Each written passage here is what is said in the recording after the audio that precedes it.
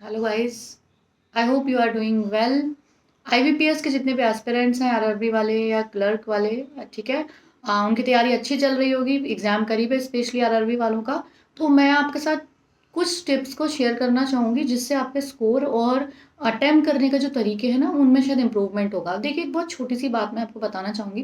पहले तो सब पेपर मर जाता था, सेक्शनल अलग अलग टाइमिंग नहीं थी, तो ऑब्वियस सी बात है कि लास्ट में वो क्वेश्चन छोड़ दो जो लगे कि लास्ट में हो सकते हैं।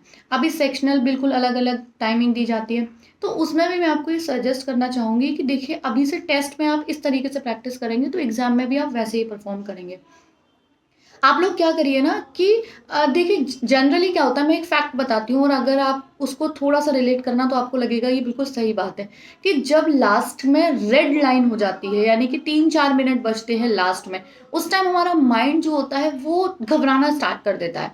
और लास्ट में अगर हमने कोई बड़ी पज़ल सॉल्व करने को छोड़ दी और वो कर रहे होते हैं, तो वो शायद एक एक जब हम अगर उसे पहले सॉल्व कर लेते, तो वो हो जाती, लेकिन लास्ट टाइम में उसका लगना बहुत मुश्किल हो जाता है। ऐसा नहीं कहूँगी इम्पॉसिबल, लेकिन बहुत ज़्यादा मुश्किल हो जाता है।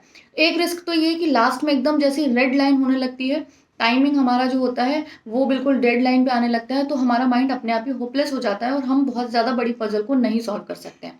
ठीक है? तो बड़ी पज़ल को लास्ट में सॉल्व करने के लिए मत छोड़िए। दूसरी चीज़ ये भी है, चलिए पज़ल सॉल्व हो भी गई। मान लीजिए आपके पास लास्ट के 3 मिनट हैं और आपने एक पज़ल सॉल्व की और वो पज़ल जस्ट जैसे ही आपने माउस टच किया आंसर करने के लिए और लास्ट में मान लीजिए पज़ल सॉल्व हो भी गई, क्योंकि ऐसा एक बार मेरे साथ हो चुका है।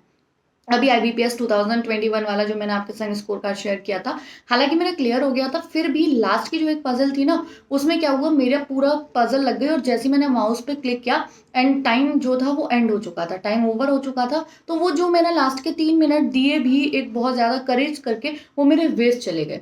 तो एक ही सजेशन है कि आप क्या करिए, और मैं ऐसा भी नहीं बोलूँगी कि स्टार्टिंग में ही आप बहुत ज़्यादा हेवी पज़ल उठा लीजिए।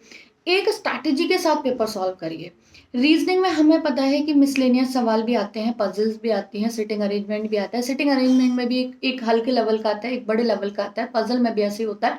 तो सबसे पहली चीज़ है कि स्टार्टिंग में पहले तो 2 4-5 सवाल ऐसे करिए, स्पेशली 7-8 सवाल मैं तो को बोलूँगी, ऐसे करिए जो आपको मोटिवेट कर सकें। मोटिवेट इन द सेंस कि आप उन सवालों को, मिसलेनियस वालों को करिए, क्योंकि वो नहीं अटकते हैं। जनरली अगर आपकी प्रैक्टिस अच्छी है, वो सवाल हो जाते हैं।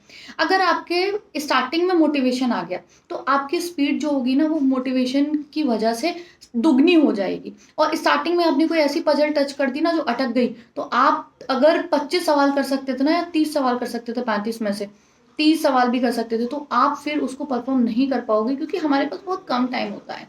20 मिनट्स बहुत कम होते हैं। और उसमें भी अगर आपने देखा कि आप किसी पजल पे अटक गए हो, तो आप होपलेस हो जाओगे, आगे का पूरा पेपर बिगड़ने की पूरे चांसेस रहते हैं। इसलिए पेपर को बहुत स्ट्रैटेजी के साथ करिए। स्टार्टिंग में हल्के क्वेश्चन करिए, लास्ट के लिए चाहे 2-3 क्वेश्चन ऐसा छोड़ दीजिए कि लास्ट के जब 2-3 मिनट बचेंगे, तब हम उनको अटेम्प्ट करेंगे, क्योंकि वो होने वाले सवाल हैं, हो तो जाएँगे। ताकि एक-एक सवाल, जो देखिए मिसलेनियस सवालों की खासियत होती है, वो 1 से 1 या 2 होते हैं। तो अगर मान लीजिए आपका लग भी गया और छूट गया, तो लास्ट का 1 सवाल छूटेगा, लेकिन पज़ल आपकी लग गई और उस टाइम ओवर हो गया, तो आपके सीधे 5 सवाल जाएँगे। तो मेरे पॉइंट्स को आप समझ पा रहे होंगे कि आपको क्या चीज़ें ध्यान रखनी है। ये छोटी-छोटी सी बातें केवल आपको वही इंसान बता सकता है, जो पेपर में खुद वो एक्सपीरियंस किया हो, है ना? तो ये ध्यान रखिएगा। बाकी बेस्ट विशेज़, वीडियोज़ मैं कंटिन्यूअस डालती रहूँगी, आपके साथ अपने एक्सपीरियंस शेयर करती रहूँगी। आप तैयारी करिए। Best wishes for you. Thanks for watching. मिलते हैं नेक्स्ट वीडियो में।